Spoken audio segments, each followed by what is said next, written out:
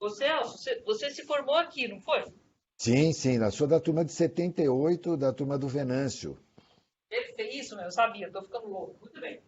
Professor Celso é egresso dessa escola, fez residência médica aqui, saiu daqui para o exterior, vários estágios no exterior, que eu nem vou mencionar. Veio para o Instituto de Medicina Tropical, onde trabalhou por um período com o professor Mário Camargo, que é o que dá nome a essa sala e a muitas outras coisas boas que fizemos aqui nesse desenvolvimento de vários testes diagnósticos. É professor, agora aposentado recentemente da Unifesp, Universidade Federal Paulista. E é o responsável médico técnico do Laboratório Fleury, uma das maiores potências em termos de diagnóstico desse país. E, para sorte nossa, há um ano ou dois, ele aceitou o nosso convite humilde de tê-lo aqui conosco como um colaborador do Laboratório de Virologia. Nesse período, ele tem nos ajudado em inúmeros processos, projetos, orientações. E, nesse momento, ele está nos ajudando aqui neste curso, porque ele é uma pessoa que, como pouquíssimos nesse país, tem o olhar dos dois lados. O olhar clínico, porque ele é um infectologista, e ele tem o lado laboratorial. Então, é ele que recebe as chamadas dos clínicos para interpretação, testes diagnósticos e mesmo para orientação do que fazer. E eu, dentro do contexto desse curso, eu pedi a ele que preparasse alguns casos clínicos para que vocês exercitassem o conhecimento que tiveram na prática laboratorial, na aplicação real desses testes.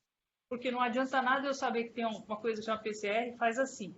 Sorologia que faz assado. Mas como é que eu junto isso frente a um paciente? Então, nós temos esse privilégio enorme que eu gostaria que vocês não se intimidassem e fizessem todas as perguntas que quiserem, porque é a oportunidade da gente aprender. Tá? Sem medo de fazer perguntas ou de responder o que ele vai perguntar. Por favor.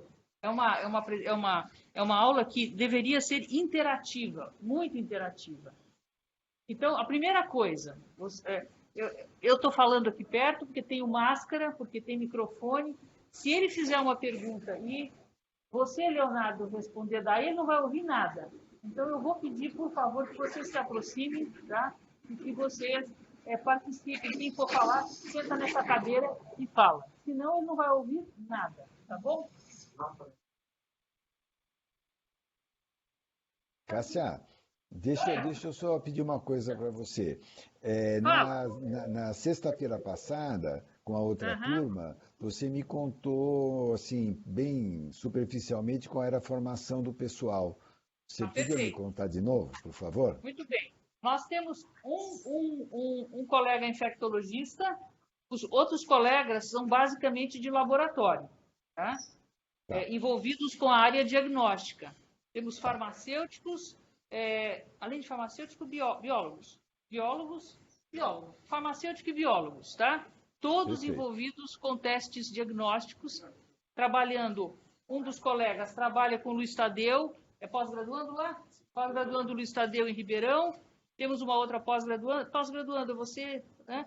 Também em Ribeirão. LACEN Rio Grande do Norte, LACEN Fortaleza, tá? Perfeito, muito obrigado, Cássia. Então, vamos embora. Começa, professor. Bom, primeiramente, pessoal, quero agradecer a professora Cássia pelo convite, né? Vocês viram que pelo meu histórico de vida, é um enorme prazer eu participar não só desse curso, né, mas assim de todas as atividades que eu puder do IMT, né, nosso querido IMT. Ele teve uma participação importantíssima na minha vida profissional e pessoal, né? Então eu não estou fazendo favor nenhum para ninguém. Na verdade, eu tenho que agradecer a professora Cássia pelo convite de poder participar e poder dentro das minhas limitações, contribuir com tudo que eu puder, né? Olha, o que eu vou apresentar para vocês, depois de uma breve recordação daquilo que vocês já viram, né, na parte um pouco mais teórica, né, são casos, né, eu separei no total 5 casos, vamos ver até onde a gente consegue ir, mas não são casos difíceis, viu? De forma nenhuma são casos difíceis, mas é mais para mostrar para você, como a professora Cássia falou, a situação do dia a dia, né? A gente, no Laboratório Fleury, especialmente, a gente gosta muito de estar envolvido, fornecer essa retaguarda que possa fazer a ponte da clínica com o laboratório, né? Infelizmente, não são todos os colegas, né, que têm a formação sólida, né, como a professora Cássia, como certamente o Leonardo, na parte clínica, na sua relação com o laboratório, né? Vocês, pelo visto, têm bastante proximidade com o laboratório, né? Nem todo mundo é igual ao professor Tadeu, de quem eu sou super amigo, professor Benedito, professor Eurico, toda aquela turma de Ribeirão, né? Nós somos super amigos, né? E é um pessoal que precisa muito menos da parte de explicação laboratorial, muito pelo contrário, são eles que fazem isso também, né? Mas a massa de médicos do Brasil tem uma formação laboratorial muito simples, né? Seja, eu que fui formado aí na faculdade, que fiz residência no HC, eu tive 1 mês de estágio opcional no Laboratório Central, que foi uma das experiências mais traumáticas que eu tive na minha vida, porque eu fiquei do lado de uma menina que fazia o reagente de Jafé, que é um dos reagentes que entra na reação de creatinina, para vocês terem uma ideia. Então, eu, como infectologista, queria passar na biologia molecular, na sorologia, na microbiologia, não me deixaram. Então, a formação que eu poderia ter tido de laboratório não foi pouca, foi nenhuma. Então, a gente acaba tendo que fazer essa função, porque normalmente a formação, em geral, dos clínicos é pobre, com relação ao laboratório, e vocês sabem bem disso, né? Mas vamos lá, né? Vamos ver como é que acontecem as coisas no mundo real, tá? Então, como vocês todos sabem super bem, né? A dengue, zika e chikungunya são todos arbovírus, isso não é uma classificação, né? E não é taxonomia, né? Todos eles são transmitidos principalmente pela picada do Aedes, né? Em geral Aedes aegypti, mas o dengue e a zika são um flavivírus, né? Eles pertencem à família Flaviviridae. E a chikungunya é toga viridae, né? Um togavírus, assim como rubéola, né? Isso é para explicar porque, de uma forma geral, né, nós trabalhamos num mundo de exceções, mas de uma forma geral, a reatividade cruzada nos marcadores laboratoriais é muitíssimo mais comum entre dengue e zika em relação a dengue ou zika com chikungunya, né? É claro que acontece tudo, porque vocês sabem que especialmente IgM é uma molécula que é produzida como quase que uma proteína de fase aguda, né? Em certo sentido.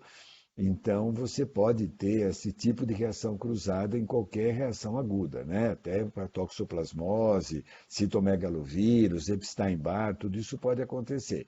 Mas entre esses 3 arbovírus, é mais comum de dengue barra zika entre si do que com chikungunya, por exemplo. Mas, desgraçadamente, né, graças às nossas condições climáticas, né, e ao nosso descuido com o meio ambiente, esses 3 vírus são amplamente distribuídos pelo Brasil, né? É claro também que pela condição climática no centro-oeste, norte, nordeste do Brasil são mais comuns em relação ao sul do Brasil, né? Pela temperatura, menos mosquito. No sul a gente tem um pouco mais de sazonalidade, né? em relação a outras regiões do Brasil, e por motivos que a gente não sabe muito bem, a cidade de São Paulo tem relativamente pouco arbovírus. Se você comparar, por exemplo, a cidade de São Paulo com Ribeirão Preto, com Recife, com Fortaleza, São Paulo é relativamente poupado por razões que a gente não sabe muito bem. Mas segundo o pessoal foi meu professor, né, nos anos 70, mesmo na época em que a gente tinha febre amarela com mais frequência, a cidade de São Paulo quase que não tinha. Então tem alguma coisa que atrapalha a dinâmica, mas ainda assim, ultimamente a gente tem tido todas elas com uma frequência menor, mas tem tido, né? Então, em relação a esses arbovírus como um todo, né, eles compartilham uma série de características epidemiológicas e clínicas, né, o que atrapalha muito, mas é muito importante a gente definir, como vocês vão ver nesses casos que eu escolhi, porque eles têm características de evolução clínica que podem ser diferentes de um para outro, né? Eles têm características assim epidemiológicas no sentido de que essas pessoas doentes podem estar no mesmo ambiente de pessoas, por exemplo, com grávidas, né? E que a gente precisa entender o que acontece para poder dar orientação a partir do laboratório de uma forma mais coerente, né?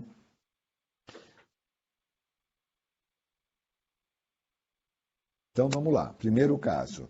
Então é uma mocinha MSS de 25 anos que é moradora de uma cidade do interior de Sergipe. E só porque faz parte dos dados gerais dela, ela teve uma última menstruação há 45 dias, então, eventualmente, ela estivesse grávida. A gente ainda não sabe, mas eventualmente estivesse grávida, né? Bom, ela tem uma história de febre alta que ela não mediu, dor de cabeça, mal-estar geral, mialgia, dores musculares generalizadas há 3 dias. Isso é espremendo toda a história que ela tem, né? Não tem outros acometimentos, não tem nenhuma comorbidade, né? Então é uma história assim relativamente pobre, né? No sentido que pode ser muita coisa aqui, mas especialmente considerando que ela pode estar grávida é um motivo adicional de preocupação, né? Bom, vamos examinar essa moça, ela está descorada, uma cruz, hidratada, eupneica, tem uma temperatura axilar de 38,4, que é uma febre bastante razoável, né? Ela tem um discreto exantema que acomete principalmente o rosto, o pescoço e a parte superior do tórax. Ela não tem fígado ou baço palpáveis, né? Não tem outras manifestações cutâneas, não tem gânglios palpáveis, né? Então, basicamente, é a febre e esse exantema na parte superior do corpo, né? Bom, com isso a gente vai estabelecer algumas hipóteses diagnósticas, né? Claro, né, o curso é sobre arboviroses, né? Mas alguém poderia elencar para mim qual que vocês acham que é o candidato número 1, o número 2, número 3, número 4? Quem gostaria de avançar alguma sugestão?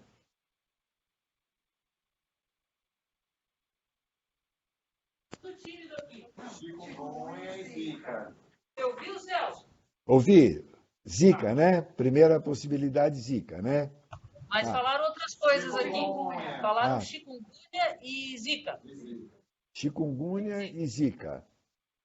Só. É, Peraí, tem posso... um outro tímido aqui. Tem um tímido que tá falando baixinho aqui. Pode Fala. falar, pessoal. Falaram Chikungunya, dengue, Zika, dengue. Agora lembrar da dengue. dengue, né? Dengue, Tá. agora alguém disse assim, dengue e zika. Então vamos É, lá. alguma sugestão de ordem? Suponha que vocês estejam trabalhando num lugar que tem limitação, né, para pedir exame. vocês gostariam de... Qual o primeiro candidato? Chikungunya, Zika ou dengue, na opinião de cada um de vocês? Eu começaria com. Tem Se vocês gente aqui estiverem falando no... baixinho. Não, eu começaria com dengue, que seria mais grave no momento. Ah, tá bom. Polui. O restante do pessoal acho que tá bom? Concorda? Eu acredito que poderíamos começar com a Zika, pensando na questão da gravidez também. Ouviu, Celso?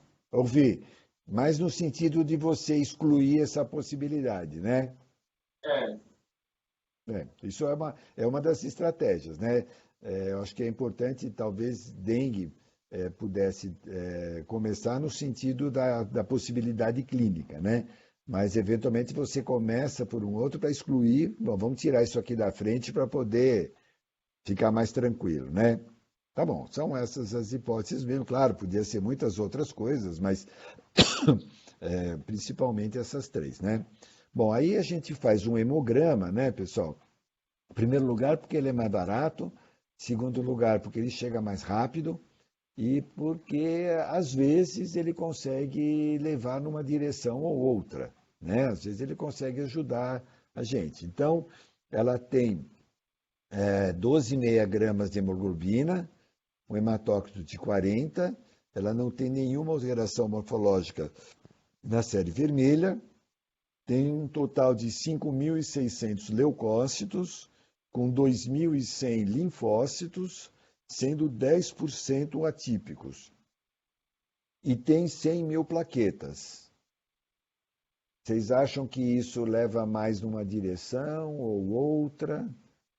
Podemos deixar essa ordem? O que vocês opinam? Eu acho que tem, agora tem, eu me chamaria mais atenção agora. pelo Espera aí, hemograma poderia eu não ser consegui entender. Por esses dados agora, me chamaria mais atenção a dengue. O hematócrito está 40, né? Principalmente o hematócrito, as plaquetas, né? Mas o hematócrito está um pouquinho mais alterado, né? Ouviu, Celso? Ouvi. Sim, né? Aqui a pegadinha que a gente tem é porque 100 mil é considerado um número praticamente normal de plaquetas. Isso varia um pouquinho de laboratório para laboratório, mas uma coisa que a gente ouve com muita frequência é que não tem plaquetopenia, então não é dengue, né? E isso é uma armadilha, né? Que, na verdade, segundo levantamentos até do próprio pessoal de Ribeirão, a frequência de plaquetopenia na dengue não é tudo aquilo que as pessoas pensam. O número que eu vi com o Benedito era de cerca de 25%. Né? É que a gente tende a ver os casos mais graves, os casos que chegam para a gente, que são internados. É claro que esses casos têm uma frequência maior de plaquetopenia. Mas quando você pega um caso assim no ambulatório, né, não é essa frequência que muita gente pode pensar. Tá? Eu estou me referindo principalmente ao clinicão que atua na periferia. Tá? E com relação à série branca, nesse caso específico, tem uma sugestão de doença viral pela atipia linfocitária, uma atipia discreta, né? Mas também não dá para avançar demais. Então, continuamos mais ou menos com as três hipóteses, né? Bom, aí, nesse mesmo dia, né, praticamente a 3 dias do início da história clínica dela, a gente pediu sorologia para os três, né? A gente está num serviço bom, talvez até um serviço acadêmico, né? E a gente pediu sorologia para dengue, zika e chikungunya, né? Fomos felizardos, deu para fazer os três. Só que deu tudo negativo. E agora, pessoal? Mudamos as nossas hipóteses diagnósticas ou continuamos com essas três? Mudamos a ordem delas? O que vocês opinam? A data do início dos sintomas, tem primeiro. Foram 3 dias. Só 3 dias. Como são 3 dias, e aí a sorologia a gente podia agora fazer uma PCR, né? Para poder ver se a gente não tem carga viral. É uma Já ouviu? possibilidade. Tem alguma outra coisa que a gente pudesse fazer para tentar poupar um pouquinho o nosso sistema de saúde, sem ir direto para o PCR? Poderia fazer o NS1, que é ter 3 dias de sintomas, né? Que eu pensei no antígeno para dengue. Isso. As duas respostas estão certas, né? Assim, eu faria um NS1 se estiver disponível, claro, né?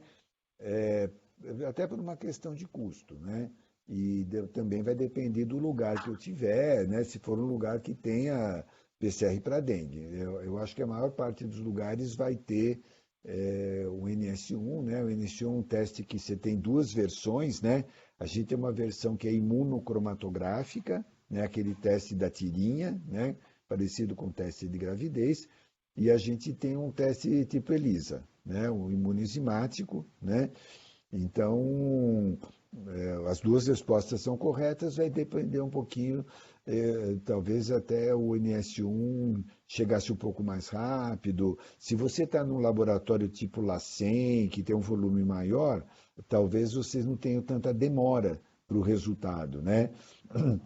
Mas uma parte dos laboratórios vai enviar isso para um laboratório, então também vai ter uma demora maior, né?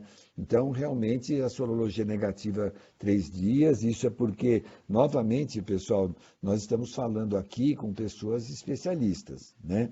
Mas não pensem que isso é amplamente conhecido pelo sistema de saúde. Então, para a maior parte dos clínicos, ainda a sorologia negativa é sinal de não é essa doença, tá? Então, fiquem de olho, porque isso é bastante comum, né? Bom, aí, como o Leonardo falou, o NS1 deu reagente, né? E você vai fazer um retorno, vai pedir um retorno para essa moça, né? Para ela voltar, então, no 7º dia, se não tiver nenhuma complicação, né? Esse é o procedimento que a gente normalmente tem, né? E no 7º dia, ela faz uma sorologia novamente, repete, o IgM para dengue ficou positivo, né? E o IgG está indeterminado, né? Eu coloquei isso, pessoal, porque não é raro a gente ver de profissionais da área da saúde, eu não estou falando só de médicos, né? Médicos também, mas enfermeiro, bioquímico, biomédico, biólogo, falar que não existe resultado de laboratório indeterminado, tá? O resultado é ou positivo ou negativo. Aí a gente é obrigado a dar uma aula, né? E falar que existe uma zona cinza, né? Quer dizer, nem tudo é branco ou preto, né? Mas acredite que tem gente que desconhece isso. Por que está acontecendo isso? Que a pessoa está virando, né? Como vocês sabem, depois do 5º, 6º dia, a sorologia começa a virar, só que ela deu positiva também para a Zika, né? Felizmente, nesse caso, pessoal, ela tinha um IgG não reagente. Então, a nossa tendência é ir para a dengue, porque ela já tem o IgG indeterminado, dá um jeitão de que está virando, né? E o IgG para a Zika ainda não virou, né? E para a chikungunya, como eu falei para vocês, pode acontecer de dar um IgM positivo também, mas a tendência é não cruzar tanto, como a gente vê com relação a Zika e dengue, né? Talvez não fosse o caso, né? Mas se for possível depois repetir essa sorologia, ver se virou determinado, já virou com certeza IgG para concluir esse diagnóstico laboratorial, né?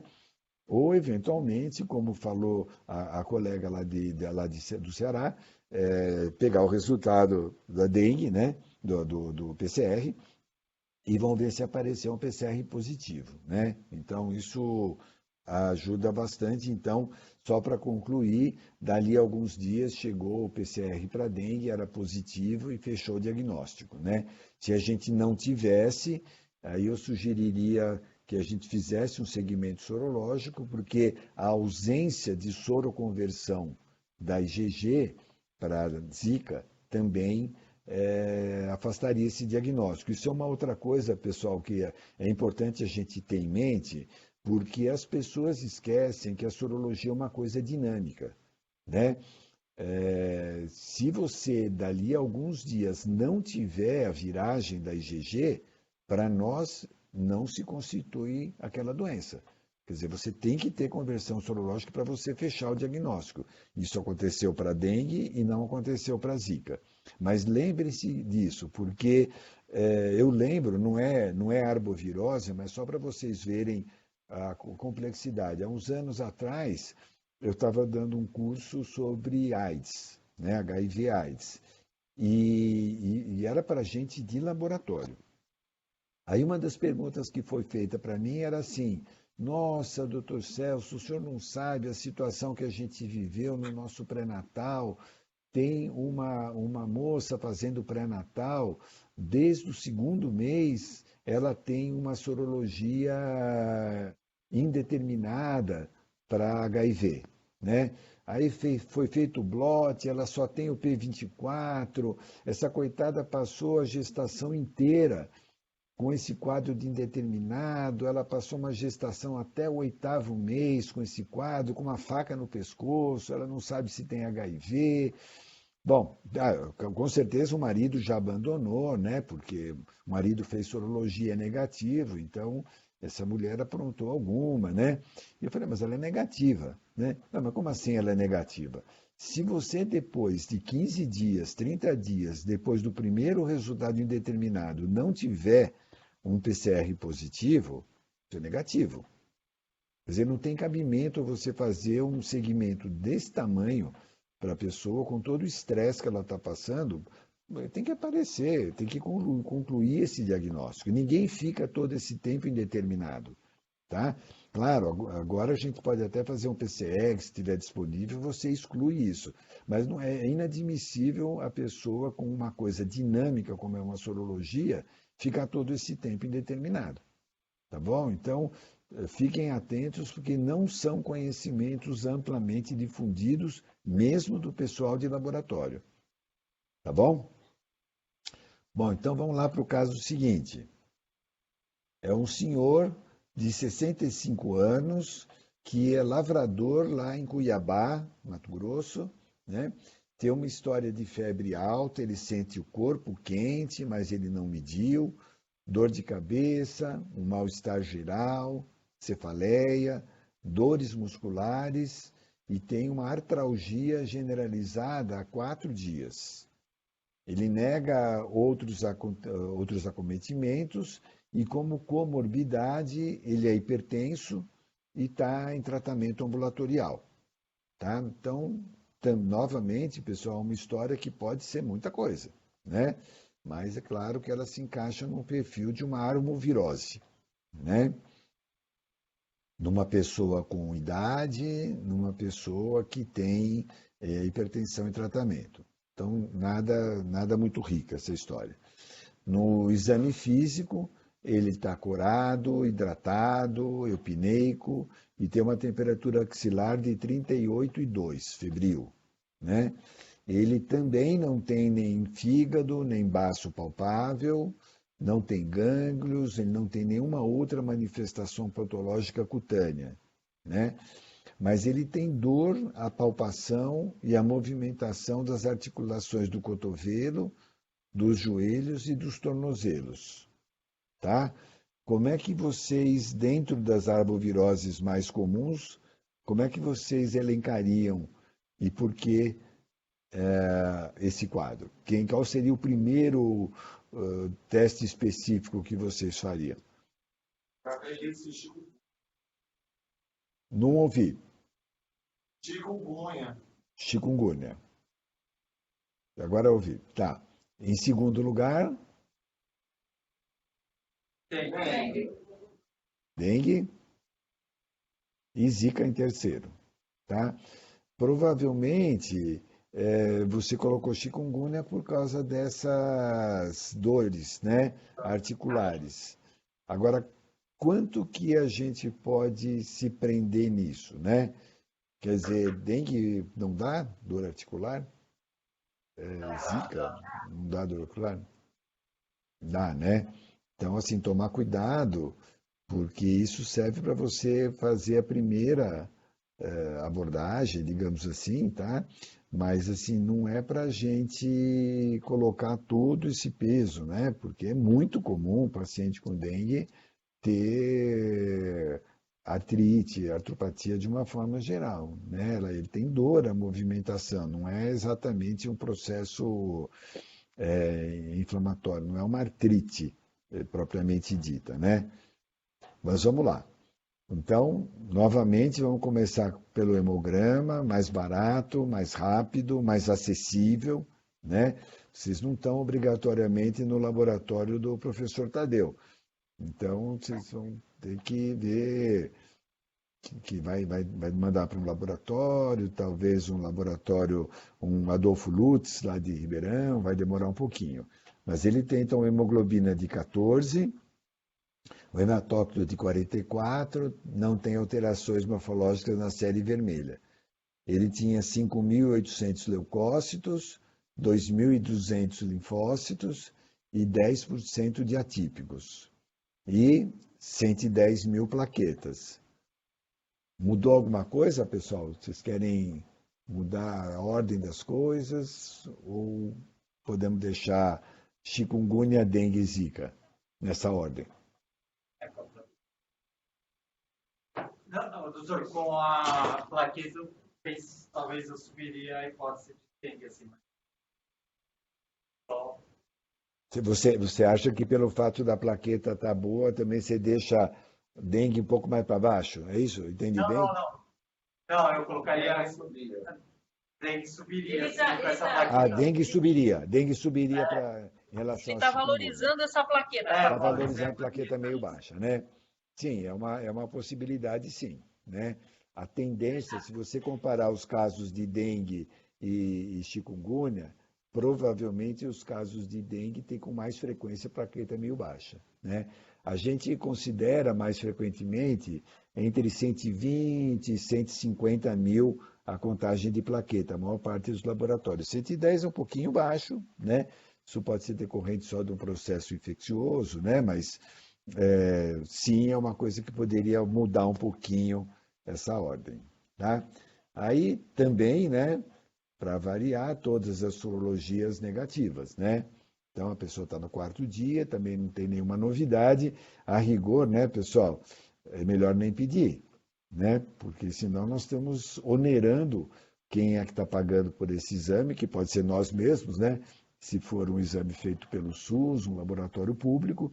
Então, a rigor, nem valeria a pena pedir, né? Porque 4 dias é pouco. Eu acho que a gente podia até evitar esses pedidos desnecessários, né? De qualquer forma, não conseguimos avançar nada, né? Nesse sentido. Bom, aí pedimos o NS1, né? Que foi negativo, né? Aí a gente marcou um retorno, né? Estava tudo bem com o paciente, não piorou, né? Então, ele, no 7º dia, repete a sorologia, né?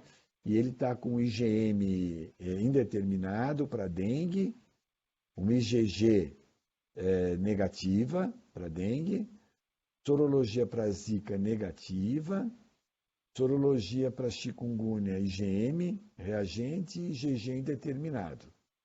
Vocês acham que a gente já consegue fechar com alguma coisa ou é cedo? Eu não estou podendo fazer sorologia para chikungunya ainda, tá? Por enquanto aqui. Vocês querem mudar alguma coisa ou podemos deixar do jeito que está? Mas, ô Celso, tem uma sorologia para chikungunya, não tem? Para hepatite C? Não. Tem. Não, tem uma sorologia de chikungunya. Você falou que não tinha sido feito ou eu entendi errado, talvez? Eu não consegui entender, Cassiá. Eu havia entendido que você mencionou que não havia sorologia para chikungunya. PCR, Você falou isso? desculpa. Ah, No PCR, PCR. desculpa. Nesse momento não tem. Nesse momento ainda não tem. A gente pode pedir, né? Eu sou amigo do professor Tadeu, ele faz do doutor Eurico, Eu vou pedir para ele fazer, mas assim, por enquanto a gente ainda não tem. Então, até aqui, pessoal, eu diria assim, é claro que pela sorologia a gente vai ter uma tendência, né, a levar para a chikungunya, claro, né? Mas assim, baseado naquele fato que eu falei para vocês, que a reatividade de dengue e chikungunya é menor, porque vocês veem aqui, né? O dengue está dando já indeterminado, mas o Zika não. Então, vocês veem que isso é uma coisa que a gente vê com bastante frequência, sabe? Faz parte dessa reação meio que inespecífica, a pessoa começar a aparecer por uma estimulação de linfócito B, os IgMs de doenças que ele já teve. Ele até podia ter também uma sorologia com IgM indeterminada, eventualmente até positiva, para Zika. Não seria de se estranhar se ele tivesse. Felizmente ele não tinha, diminui um pouquinho as nossas incertezas, né? E o fato é que ele já está com um jeitão de que está virando, né? Então aqui a gente tem duas opções, né? Ou ver se a gente arranja um PCR para chikungunya, né? Ou a gente espera passar mais uns 3 dias, tá? E não precisa ser muito mais do que isso, né? Você vai configurar, então, o aparecimento de IgG. Tá? Eu estou reforçando muito isso, pessoal, para falar para vocês sobre a dinâmica desse processo. Tá? Não precisa passar muito tempo, mas é uma coisa que é importante fazer para você fechar. Por que que eu digo isso, pessoal? Porque numa pessoa de 65 anos, se ele tiver chikungunya mesmo, e é uma coisa interessante, pessoal, que a gente repara na prática clínica, é que o chikungunya, ele acomete mais as articulações que a pessoa usa mais. Então, a gente vê, por exemplo, se é uma pessoa que trabalha com digitação de dados, que usa muito o teclado do computador, é muito frequente a pessoa ter artrite, artropatia na mão, né? No punho, né? E numa pessoa lavradora, como esse senhor é muito comum você ter tornozelo, você ter joelho, você ter calcanhar, talvez até porque são articulações que já estão meio desgastadas pela idade, pelo tipo de atividade profissional dele, então é muito comum isso. E essas pessoas, muitas vezes, ficam acometidas anos por essa artropatia. E isso compromete muito, né? Quer dizer, essa pessoa pode não conseguir trabalhar mais, né? Tem gente, alguns clínicos dizem que eles fazem o diagnóstico de chikungunya quando a pessoa entra no consultório, pelaquela posição álgida que a pessoa fica com tanta dor que ele tem. Teve lugares no mundo, teve uma ilha de Reunião, lá no Pacífico, que era uma antiga possessão francesa, que eles não conseguiam produzir comida. A França teve que exportar alimentos para eles, de tão amplo que foi o acometimento pelo chikungunya numa população que vivia fundamentalmente da agricultura. Então eles começaram a passar fome. Então é uma coisa muito séria, né? E aí o doutor Eurico me ligou para dizer que ele tinha um PCR para chikungunya, que foi colhido no 4º dia, que era positivo. Então a gente fechou esse diagnóstico, né? E por que é tão importante a gente saber que é chikungunya? Por um lado, por isso que eu falei para vocês, né? Pelo prognóstico que essa pessoa tem, e como essa região centro-oeste do Brasil é muito acometida por dengue, eu queria saber se esse senhor está tendo dengue. Ele tinha uma IgG negativa, seria o primeiro episódio de dengue, né? Mas e se ele tivesse uma IgG positiva, por exemplo? Ele podia estar com uma segunda infecção, né? Nem sempre aparece a IgM, na segunda situação aparece, né? Tem um trabalho interessante do professor Cláudio Panucci, que é nosso colega do IMT, fazendo o teste de avidez de IgG para dengue, para IgG de dengue. E nesses casos a pessoa tem um IgG na primeira amostra com alta avidez. Então isso é importante porque configura que, se for dengue, não é a primo-infecção. Consequentemente, o risco de uma evolução para uma forma mais grave existe, né? Então, é uma coisa importante para a gente ficar de olho com um recurso muito simples, né? Como um teste de avidez, tá bom? Bom, o terceiro caso é um rapaz... Oi, Cássia. Uma pergunta. Pois não. Eu queria só perguntar em relação ao PCR de chikungunya, em relação ao tempo de sintomas, qual que é a melhor época para aumentar a sensibilidade do exame? Na primeira semana, viu, Leonardo? Na primeira semana. Até Ele pode, D7. ele pode continuar positivo depois, mas na medida em que você começa a ter a resposta sorológica, a tendência é diminuir muito a carga viral. Então, ele pode já estar negativo na segunda semana. Alexandre que falou, tá? Desculpa, Alexandre, desculpe. Ele é o Alexandre e o que está ao lado dele é o Leonardo. Tá? Tá bom, Você, tá bom. É que eu só consigo ver um deles aqui. Não, eu sei. Deixa eu te falar uma coisa. Semana passada eu fiz uma pergunta para você que eu vou fazer de novo, só para reforçar a importância do uso correto da sorologia no Brasil. Qual a sua estimativa de laboratórios que possam fornecer biologia molecular para as arboviroses de forma regular? Seja do ponto de vista... Isso, fala. Muito pequena, Cássia. Para ser sincero, eu não lembro que eu te respondi. Eu espero que eu seja coerente. Mas eu diria que não deve ter 50 laboratórios. Você falou isso mesmo. E eu só estou voltando nisso para que a gente reforce a importância da utilização dos recursos biológicos de forma racional e bem aplicados. Porque se a gente entender um pouquinho da sorologia, talvez a gente resolva 90%. Né? Exatamente. É muito importante, desculpa. Isso é muito importante, viu, pessoal? Porque a maior parte de nós, inclusive vocês, né, são pessoas que estão se especializando, estão vindo até São Paulo para fazer um curso, vocês são um ponto fora da curva, né?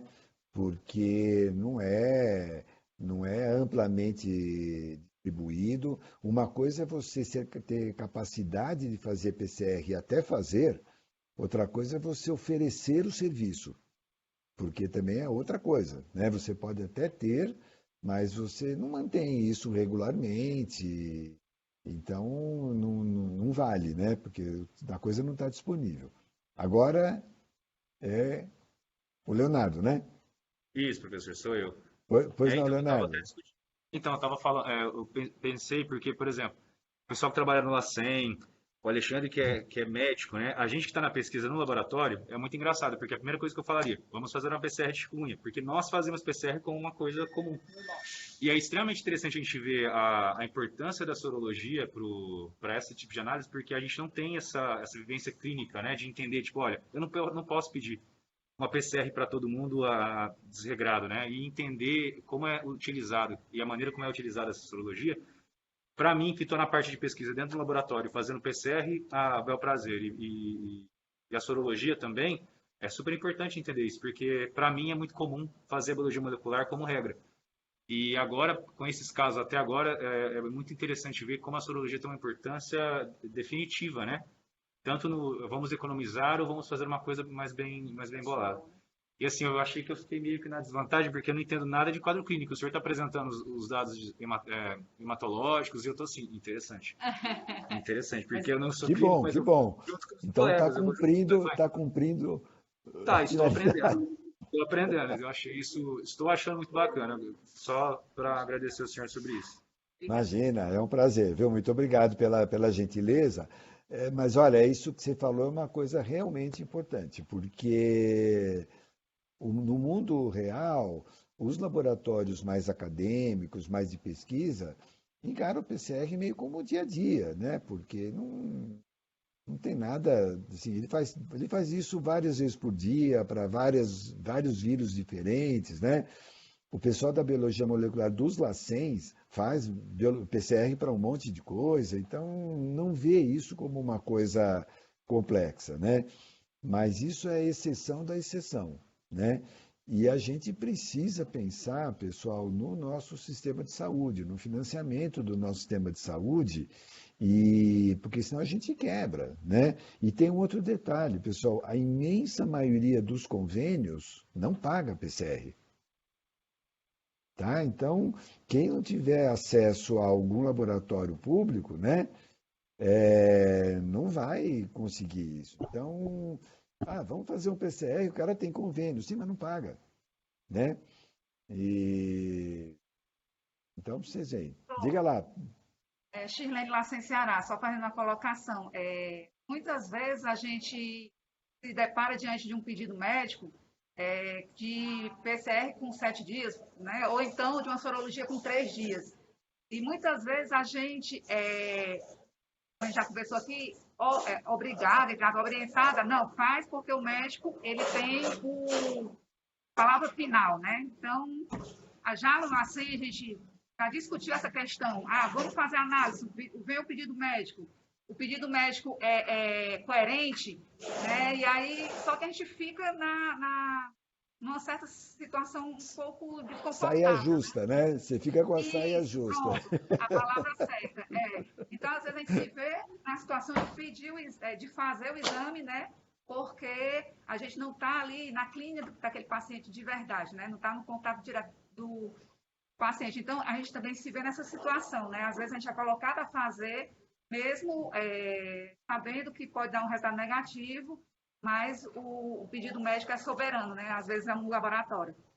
Você tem razão. Isso acontece com muita frequência e também com muita frequência pede os dois, né? Quer dizer, a pessoa pede a sorologia, pede o NS1 e pede o PCR, né? Então, é por isso que eu enfatizo isso muito para vocês e você tem toda a razão. A gente tem que ter muito cuidado para lidar com essa situação, né? Eu acho que até às vezes quando o convênio não autoriza, né, não paga o PCR, de certa forma é por conta disso.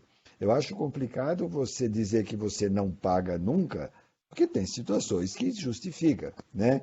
Mas provavelmente o que aconteceu é que a pessoa viu que estava sendo pedido em excesso, não tinha sentido, e aí tem aquele corte maior do que precisaria, né?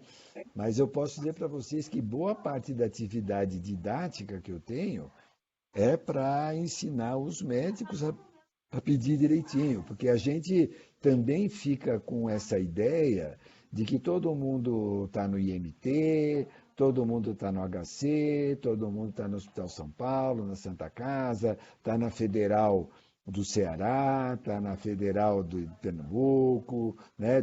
Todos os lugares de onde vocês vêm, isso não é verdade. Isso aí é a absoluta exceção, e a maior parte das pessoas não sabe pedir. Acaba onerando muito o nosso sistema, de forma que aquelas pessoas que precisam, às vezes não podem fazer, por conta disso. Então, você tem toda a razão, isso aí é muito frequente e é uma fonte de muita saia justa, né? Bom, caso 3, pessoal. Diga lá. Só para complementar o que a Shirlene falou, né, no LACEN Ceará, no Laje do Rio Grande do Norte, às vezes fazemos assim, se nós notamos que o médico solicitou em um tempo, assim, vamos dizer assim, entre aspas, errado, né? Ou solicitou a sorologia muito cedo, ou então solicitou a PCR muito tarde. Aí nós adicionamos a outra metodologia e na metodologia que ele solicitou, colocamos que o diagnóstico foi feito em outra metodologia. Porque acredita assim que daria uma segurança epidemiológica melhor para o quadro do estado. Então, nós do LACEN fazemos assim. Fazemos outra metodologia, encaminhamos para o outro setor, né? Eu sou do setor de biologia molecular, então, se eu vejo que não enquadra no período que seria detectado pelo meu setor, então nós fazemos o quê? Passamos para o setor da imunologia, onde vai fazer a sorologia, e elas lá colocam o resultado, fazem, processam a amostra, fazem a técnica da sorologia, e depois a gente coloca que o resultado da PCR foi de acordo com a sorologia, entendeu? Adicionamos outra metodologia, mas eu sei que isso é uma realidade, assim, que não se aplica a todo local, né? Nem todo local existe essa confluência, nem é muito complicado, que nem a gente falou. Às vezes o médico não aceita, né? Assim, que a gente mude o que ele mandou. Mas para a vigilância sanitária, eu acho que é uma coisa mais segura. A Não vigilância tem dúvida, epidemiológica não fica tem mais dúvida. segura. Você tem toda a razão, porque a gente precisa documentar direitinho o que está acontecendo, né? Então, e tem outra coisa, né, pessoal? A gente que está no lado laboratorial não sabe os dados que a pessoa tem clinicamente, nem quanto tempo ele tem de história. Então, assim, o que não dá para aceitar, não faz muito sentido, são os dois pedidos ao mesmo tempo, né? Porque isso realmente não faz sentido. Mas, assim, de repente a pessoa está pedindo um PCR e o paciente está com 10 dias de história. Ou está pedindo uma sorologia e o paciente está com 3 dias. Só que a gente não sabe. A gente no laboratório não sabe isso, né? Então, realmente é uma Ainda, situação muito delicada, né?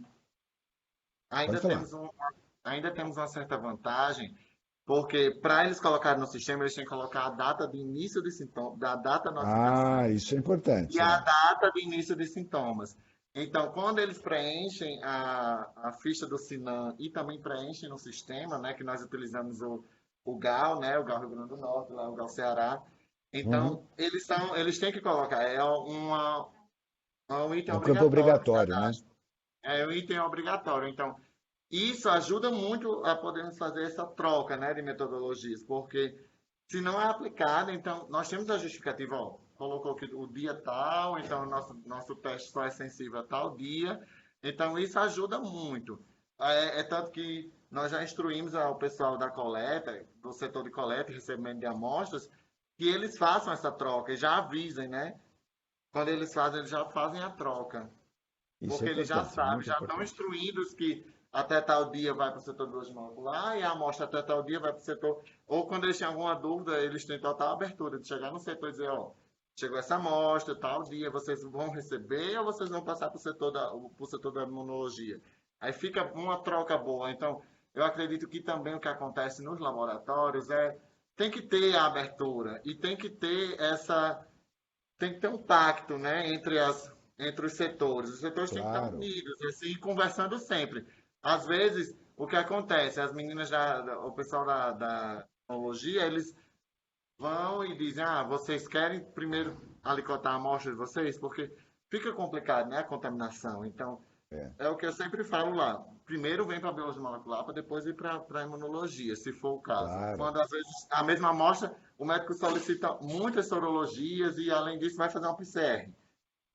Então, a gente, para fazer essa alicotagem, faz a alicotagem, divide primeiro a parte da biologia molecular e os demais vai para a imunologia. Porque, no início, às vezes, eles complicavam muito essa questão da contaminação em si. Né? Queriam fazer logo, porque a sorologia é realmente um resultado que vai sair mais rápido do que a biologia molecular, e ficam nessa, né, e não respeitando a contaminação nem os critérios, né, da biologia molecular. Você tem razão. Tem um pouco de tudo, viu, pessoal? É, vocês também estão localizados em laboratórios que são de referência, são laboratórios muito diferenciados, né? Mas quando você pega um laboratório clínico qualquer, a experiência do médico também não é boa, sabe? Então, tem falibilidade dos dois lados, né? Tem o médico que pede errado, quando ele tenta falar com o pessoal do laboratório que não é um laboratório de referência, também a informação é mais pobre. Para vocês terem uma ideia, eu não estou contando para vocês nenhum nem dois casos, mas com alguma frequência eu ouço a seguinte pergunta: olha, você está pedindo uma sorologia no terceiro, quarto dia, não vai virar, não vai dar positivo, não deu tempo ainda. Ah, então você não quer guardar essa amostra, daqui a 3 dias você testa? Isso Eu estou também. falando para vocês casos reais. Quer dizer, acho que a pessoa pensa que é uma fruta, né? Que você guarda, né? Daqui a 3 dias ela está madura, começa a ter anticorpos. Você acredita nisso, Cássia? Essa é a primeira, essa é a primeira vez que eu ouvi, mas eu adorei, viu? Essa é realmente uma Cássia, coisa. pasme, mas acontece, sabe? Incrível. Deixa guardadinha a amostra, daqui 3, 4 dias Você você faz, testa. você faz o teste. Isso nós vimos muito lá com Covid, né? Com Covid os médicos não aceitavam. Assim, de início, quando a gente falou PCR, né? O ano passado, nesse meio de março, abril, eles ainda estavam se adaptando a pedir, a solicitar. Então, às vezes o médico ligava e fazia assim, tá com 8 dias. Aí, não é mais para vir para cá, né? Nem mais para cá. Até o 7º dia a gente faz o diagnóstico. Não, mas aí não tem nada, porque coletou, então eles não respeitam, por exemplo. Nós, do LACEN, recebemos muito do interior. O que é que os interiores fazem? Juntam as amostras e querem mandar só no final de semana. Querem passar. Aí nós temos o nosso tempo, né? A amostra se degrada, é muito complicado. Assim, tem muitas situações dessas que tipo, o pessoal não entende, né? Que a amostra não vai estar lá, porque coletor vai ser eterno. A gente passaria amanhã todo dia aqui com casos. Não, pessoal, o fato é, pessoal, que a gente precisa admitir, por mais que sejamos todos brasileiros aqui, é que a nossa formação de recursos humanos é pior do que a gente gostaria e do que a gente precisaria. Isso em todos os aspectos, viu, pessoal? Então é terrível, mas é a realidade, né? Fazer o quê? Bom, vamos lá, pessoal, vamos lá para o caso 3. Então, é um rapaz, um jovem de 25 anos, que é vendedor lá em Ribeirão Preto, e a esposa está grávida, deixa eu ver aqui quanto tempo, que a imagem aqui ficou na minha frente, 10 semanas, está no 2º mês de gestação. Então, ele também tem uma febre, dor de cabeça, mal-estar, dores musculares, também tem artralgia generalizada há 4 dias, e tem outros acometimentos, não tem outros acometimentos. Então, é aquela história muito típica, né? Como vocês viram, os 3 casos muito parecidos, né? Então, nada diferente do que a gente imaginou até agora. Ele está descorado, uma cruz, hidratado, tem 37,8, quer dizer, ele está subfebril, vamos dizer assim, né? Sem alterações cutâneas e tem uma discreta vermelhidão conjuntival em ambos os olhos, né? Ele também não tem visceromegalia nem outras manifestações cutâneas, né? Como é que vocês classificariam as hipóteses diagnósticas, assim, em que ordem que vocês prefeririam?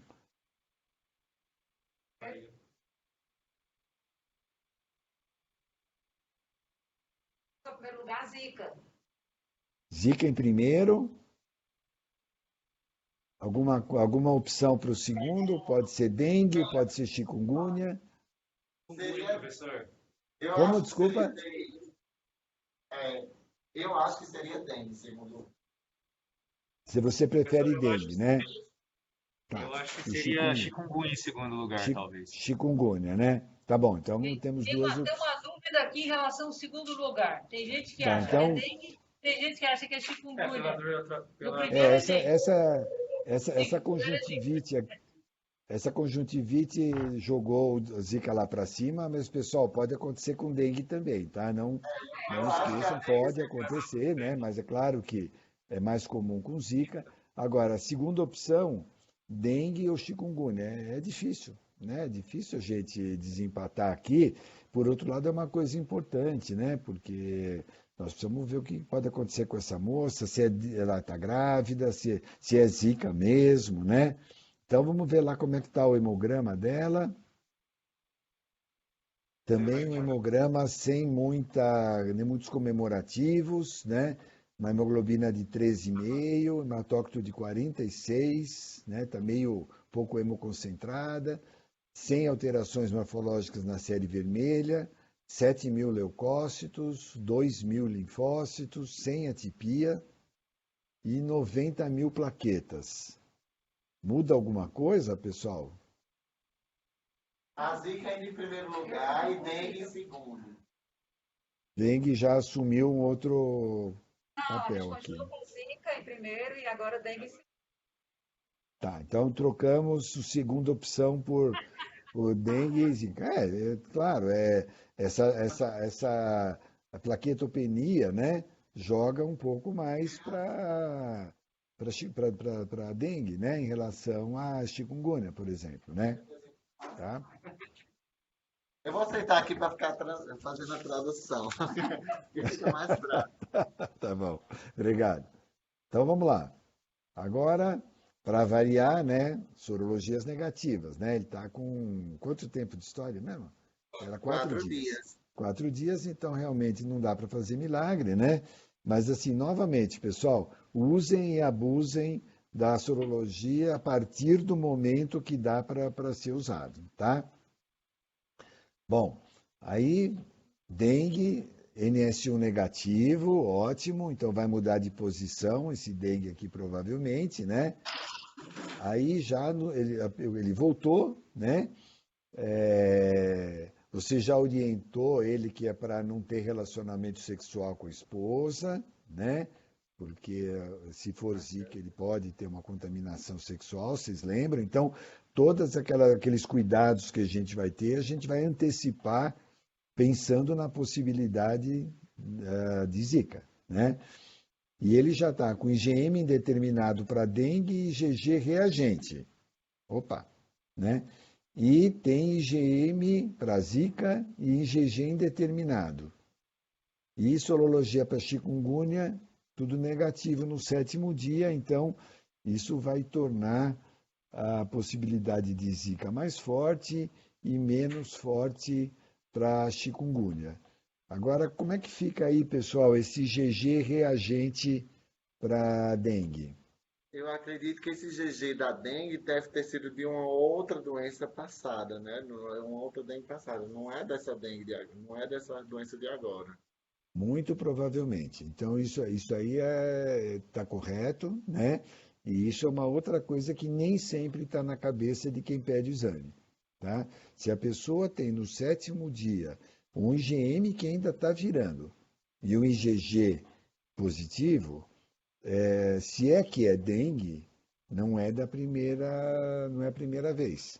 Então, como vocês sabem, isso implica em alguns outros cuidados, tudo tem que orientar direitinho o paciente. Agora, poderia ser Zika também, né, pessoal?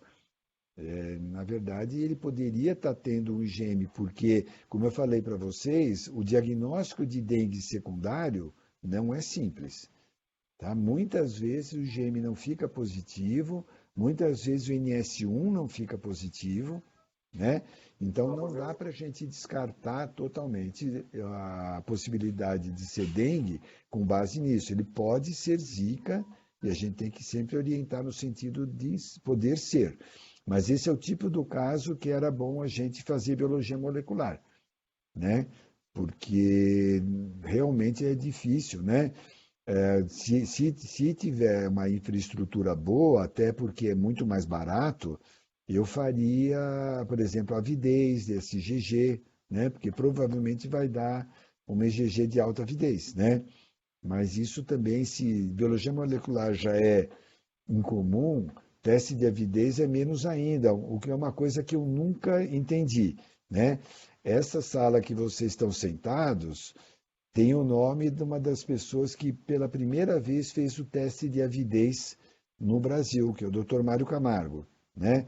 Ele era um grande estudioso de Chagas, de toxoplasmose, né? Ele que inventou aquele perfil 1, perfil 2, perfil 3 de toxoplasmose, que talvez vocês tenham visto na faculdade, né? E ele introduziu no Brasil os testes de avidez, porque nesse caso talvez desse uma informação interessante, né? Então, o que aconteceu? Aí a gente pediu um PCR para Zika, que foi colhido no 4º dia e ele era fracamente positivo. É lógico que existem N protocolos, né, para fazer o PCR de Zika, mas eu diria para vocês que normalmente a carga viral do Zika é baixa.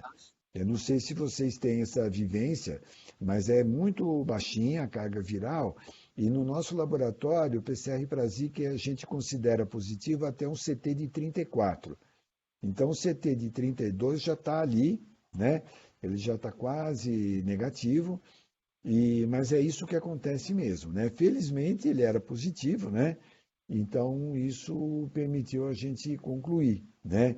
Teria sido bom também fazer um PCR para dengue, A carga viral é um pouquinho maior, então teria a chance de ter um PCR mais claramente positivo, mas nesse caso acabou fechando mesmo como Zika, tá? Com todos os desdobramentos que tem, vai seguir a esposa, fazer sorologia na esposa, se for positivo, o acompanhamento desse fetinho, né? Então, são casos, como eu falei para vocês, são todos casos da vida real e são coisas que acontecem no dia a dia, né? Vocês têm alguma dúvida com relação a esses 3 casos que vocês gostariam de comentar?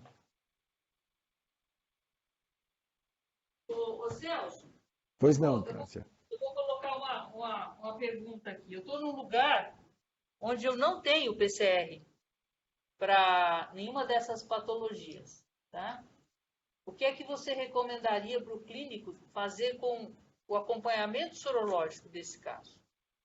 Eu repetiria, Cássia, a sorologia para Zika, porque ele ainda está indeterminado aqui no 7º dia para IgG. Então, se você não tiver outro recurso, você repetir o IgG de Zika, dali mais uns 3 ou 4 dias, ele fecharia o diagnóstico. Porque realmente, com relação à dengue, ele fica um pouco complicado, né? Porque ele já tem esse IgG aqui, né? Eu diria que é muito difícil você fazer o diagnóstico de dengue secundário. Muito difícil. Mas se você conseguir fechar o diagnóstico de Zika, nesse caso, você já deixaria a suspeita de dengue. Você fala, pode ser infecção dupla? Pode, claro que pode. Né? Isso tem vários casos descritos, né? Mas aí já fica mais complicado ainda. Aí não tem um jeito de sair se não for com biologia molecular. Mas eu diria que um jeito mais simples era repetir a sorologia para a Zika, né?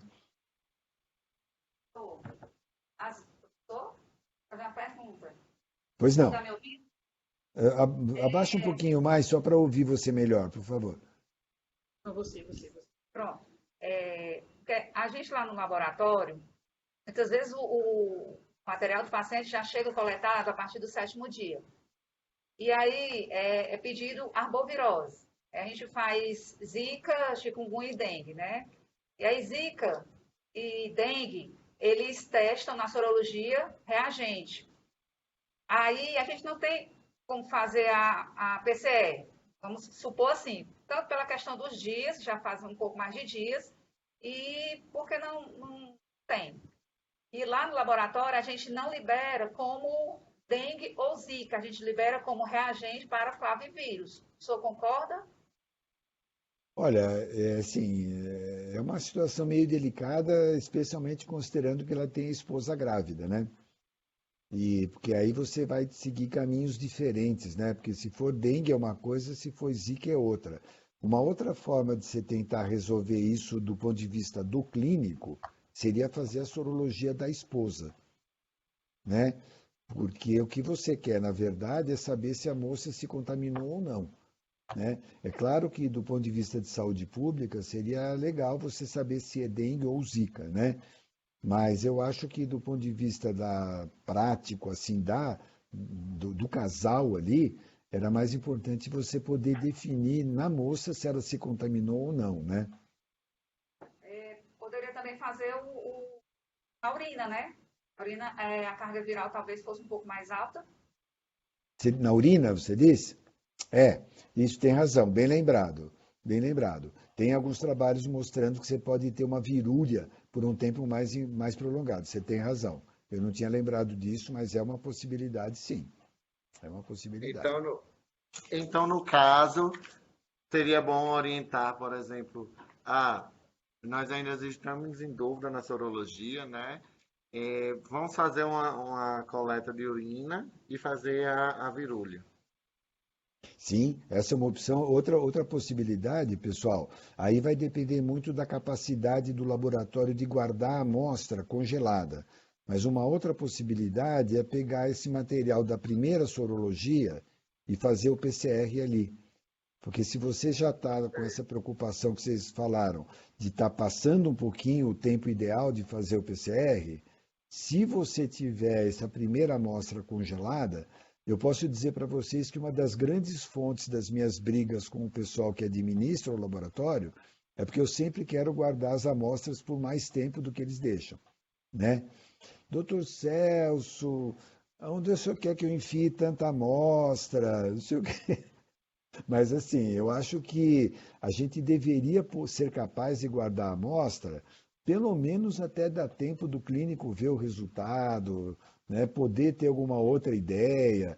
Então, esse negócio de você descartar a amostra com uma semana, eu acho muito pouco, sabe?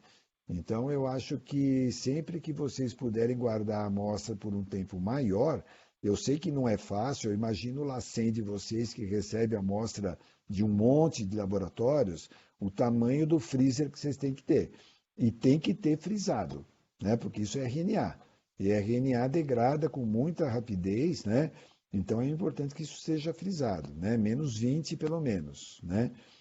E mais, pessoal, até porque vocês são um laboratório de referência, é mais uma justificativa. Então, eu não sei qual a capacidade de você de guardar, mas assim, é muito importante poder guardar por um tempo suficiente para o médico pegar o resultado, fazer o raciocínio dele e eventualmente ligar para vocês, né? Ó, o que nós, antigamente, né, antes do Covid, nós fazíamos isso, né? Esperava, no sistema tem como nós observarmos quando o laudo é impresso e tudo, nós temos esse, entre aspas, controle, né? Mas pós-Covid, nós estamos totalmente esgotados, tipo, freezers e freezers lotados, geladeiras lotadas de amostras, e tá assim uma loucura. Lá no Rio Grande do Norte nós estamos recebendo mais de 2.000 amostras por dia, então muito acima assim, da capacidade de armazenamento que nós temos. Vamos guardando as positivas, tem essa, só que até agora, no momento que estamos agora, está sendo difícil até fazer essa separação. Porque no início guardávamos só as positivas, depois guardamos todas, depois só as positivas, depois não estávamos conseguindo guardar nem positivas nem negativas, estavam sobrecarregando. Estamos com muita. Ainda a parte de arbovirose está sendo um pouco resguardada porque nós temos um freezer que é o -20 que nós não utilizamos muito. Né? Nós colocamos na geladeira. Tem uma geladeira à parte que nós não utilizamos muito, então guardamos as arboviroses lá. Mas é só até o resultado. Após isso, fica muito complicado, porque nós não temos esse espaço. Que nem o senhor falou, né? Tem essa parte, né? Pela demanda e da logística das amostras que chegam e as amostras que são liberadas, não tem como nós estarmos. Você tem toda a razão. Eu sofro com o mesmo problema. Por exemplo, agora que a gente está tendo muito mutante, é razoavelmente comum o clínico ligar e falar: olha, eu quero saber se é um mutante, eu quero saber se é uma reinfecção, uma pessoa que teve a doença em maio, junho do ano passado e agora está com clínica de novo. A gente não consegue, e isso acaba esparramando para todo mundo, né? Porque para você poder guardar um pouquinho mais de Covid, o espaço do freezer é igual, né? Então você acaba não conseguindo guardar os outros também. Então isso realmente tem sido um problema. A gente não consegue equacionar, mas paciência, né? Nós vamos ter que aprender a conviver com essas limitações até passar essa pandemia, né? E o que acontece, né? Falando bem também do armazenamento, o que acontecia é que, às vezes, tem essa questão da reinfecção, teve a questão do sequenciamento. Principalmente da reinfecção e do sequenciamento, a gente teve grandes problemas. Porque, às vezes, a secretaria ligava, a vigilância ligava. Um paciente coletou no início de março, por exemplo, primeiro 30 de março de 2020, ele positivou agora, novamente em janeiro. Eu quero as duas amostras, só que não fica complicado a gente achar as duas amostras. Imagina. E o outro ponto, às vezes encontrarmos as duas amostras, fazemos uma nova PCR, porque para enviar para o sequenciamento, né, temos que avaliar o CT e tudo mais, e o CT estava muito alto, né? Estava depois de 35, então ficava inviável sequenciar. Não dá. Então Não fica dá. complicado, porque o armazenamento não foi bem feito, aí a vigilância no início questionou, aí o que é que a gente fez? Tirou fotos e enviou tudo para a vigilância, porque a vigilância tem que estar. Às vezes eles ficam exigindo, né, que a gente fique, vocês têm que enviar a amostra para sequenciar, mas ele não vê o nosso aporte, né, dizer, a vigilância, chamamos a vigilância lá no laboratório e mostramos, ó, nós temos tantos freezers e nós recebemos tantas amostras por dia. Faça a conta, que aí você vê que é irreal você guardar todas as amostras que nem eles querem que guarde, as negativas e as positivas. Depois entramos em acordo e guardamos só as positivas, aí depois eles exigiram que fizesse a negativa novamente, né? Para poder fazer um controle se não estava rodando outros vírus, né? Se não seria influenza ou então outros vírus respiratórios. Mas ficou muito complicada essa administração de fazer Isso tem toda sido essa um logística. problema, você tem toda a razão. A gente também não consegue aqui, e nós fizemos um acordo com a vigilância, que nós mandamos 100 amostras positivas por dia, assim, aleatoriamente, né? Tem dia que nós temos 1.000 amostras positivas. Então a gente faz uma seleção assim aleatória, totalmente randômica, de 100 amostras e manda para a vigilância, mas é o que a gente consegue fazer. Nós não conseguimos, senão, como você falou, às vezes é difícil até você achar uma amostra lá, porque por mais que o sistema seja computadorizado, tudo, é muita amostra. Então não tem como, o risco é muito grande, né? Professora Cássia, é isso. Celso, conseguimos mais um? Pode ser? Pode, rapidinho eu posso. Eu fiz um caso aqui, pessoal, que não é exatamente um caso clínico, mas é um caso para vocês assim que acontece com uma certa frequência, né? Eu não sei se vocês, Laboratório de Saúde Pública, acabam tendo que descascar esse abacaxi. Mas, assim, num laboratório mais assim de prestação de serviço, mais aberto, é um problema relativamente comum, né? Então, é uma senhora de 39 anos, né? Que é assistente administrativa, mora aqui em São Paulo, e ela está em preparo para fazer FIV, fertilização in vitro, né? Desde agosto de 2020. E vocês sabem, existe toda uma legislação que regula isso, e ela fez exames obrigatórios pré-coleta de óvulos, né? Não é muito dia a dia de vocês, né?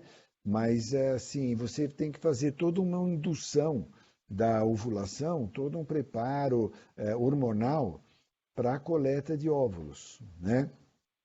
Então, tem exames, isso aqui é quase como se fosse uma doação de sangue, né? Então, ela faz sorologia para HIV, para hepatite B, para toxoplasmose, tudo negativa. Ela tem um IgG reagente para citomegalo, IgM negativo, né? E ela aparece com IgM positivo para Zika, né? Isso desde 2015,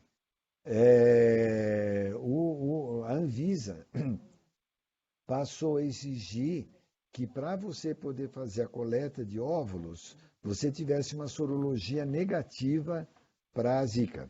E essa moça tem um IgM reagente. O problema, pessoal, é que esses exames têm que ser pedidos com intervalo de tempo próximo à coleta de amostras. Então, essa moça colheu essa amostra 3 dias antes de fazer a coleta. Tá? E aí, o médico que vai fazer a coleta de óvulos, ele não pode fazer, é proibido. Só que essa moça já fez todo o preparo, que é muito caro, né? Seja por causa da administração dos hormônios, né? Seja por causa de todas essas sorologias, né? E então isso, pessoal, na prática, fica um negócio complicado, né? Essa é uma moça aqui que está se preparando, em geral, uma mulher que já está passando um estresse muito grande. É possível que os infectologistas aí, a professora Cássia, o Leonardo, já tenham passado por essa situação, porque nós, infectologistas, muitas vezes somos consultores de certas situações, né? Que não é exatamente uma situação clínica, né? E e de repente, na hora de colher as amostras, de colher os óvulos, tudo, é exatamente essa reação aqui, é uma frustração enorme, né? 3 dias antes de fazer a coleta, né? O que vocês sugerem que seja feito?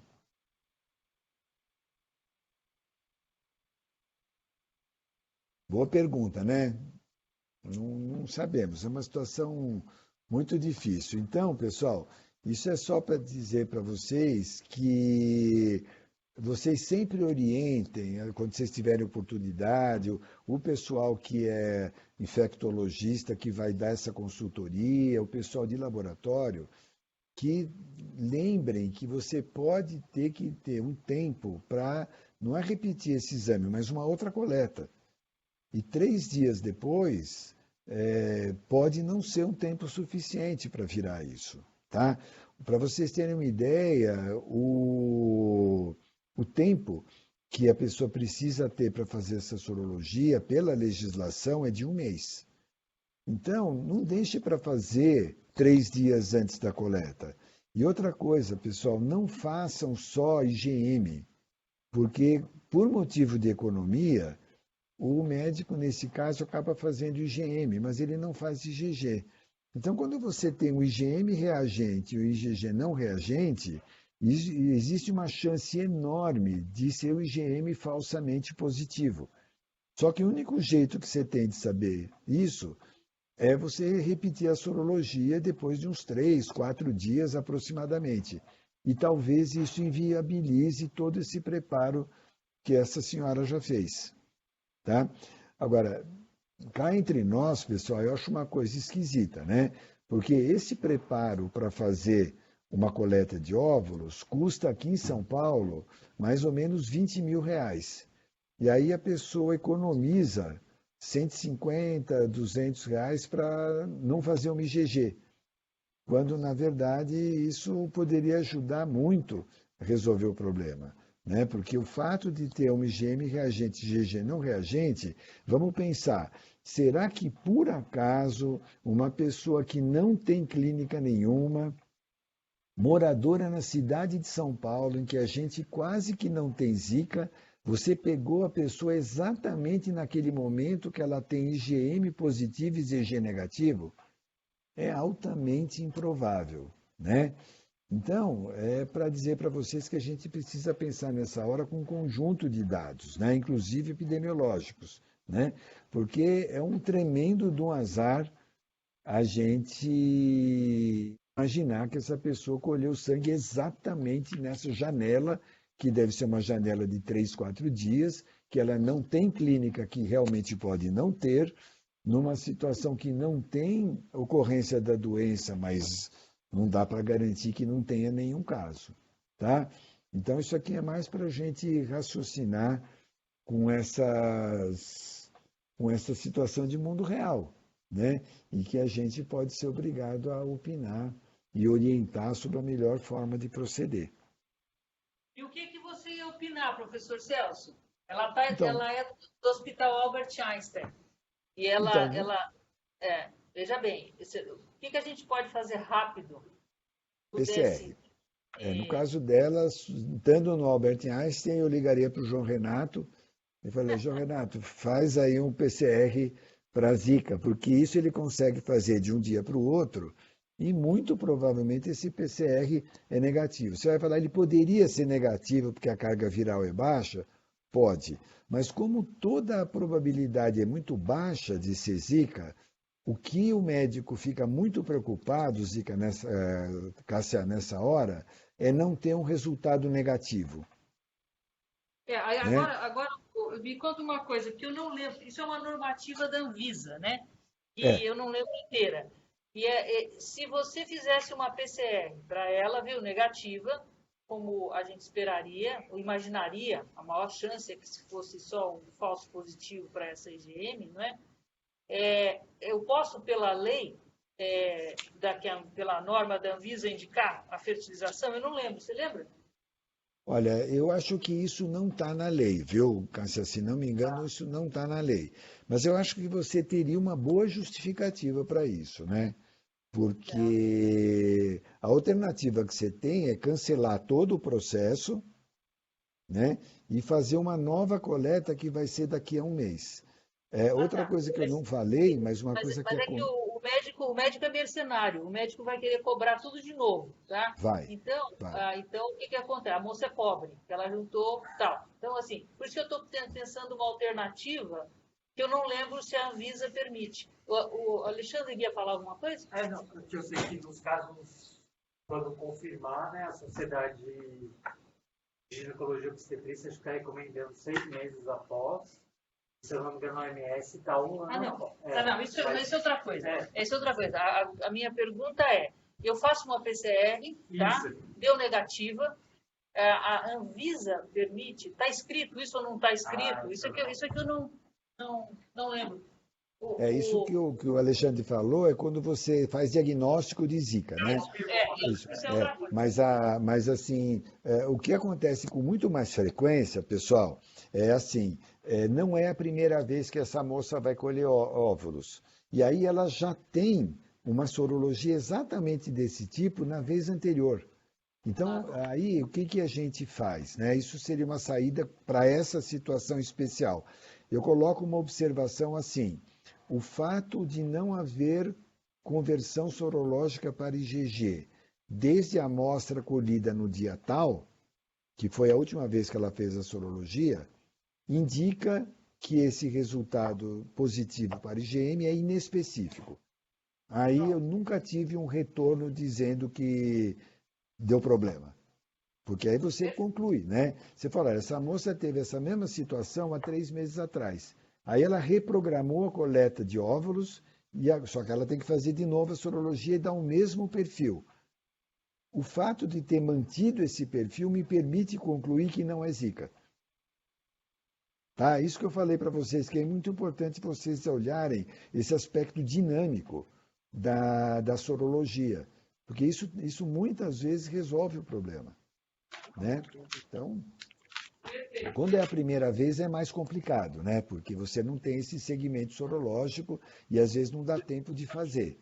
Então a solução seria mesmo o PCR, não tem muito outro jeito, né? Muito bom. Celso, eu acho que a gente pode terminar aqui, porque eu sei que a sua agenda é super, mega ocupada. Eu queria te agradecer de novo a espetacular discussão. E se dependesse de mim, eu ficava aqui o dia inteiro só ouvindo seus casos. Muito mais bacana do que tudo o resto que eu faço. Entendeu? Muito mais bacana. Então, assim, super, super, super obrigada. Imagina. E que Deus proteja você.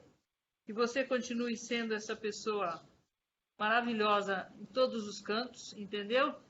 E brigadíssima, tá bom? Imagina, Cássia, é um enorme prazer. Eu agradeço vocês que fizeram as perguntas também. É muito bom quando tem uma participação de vocês e vocês trazem a experiência de vocês também. Isso enriquece a todos nós. Então, muito obrigado, Cássia, e cuidem-se todos, Cássia, tá bom? Obrigado, grande abraço, turma. Tchau, tchau.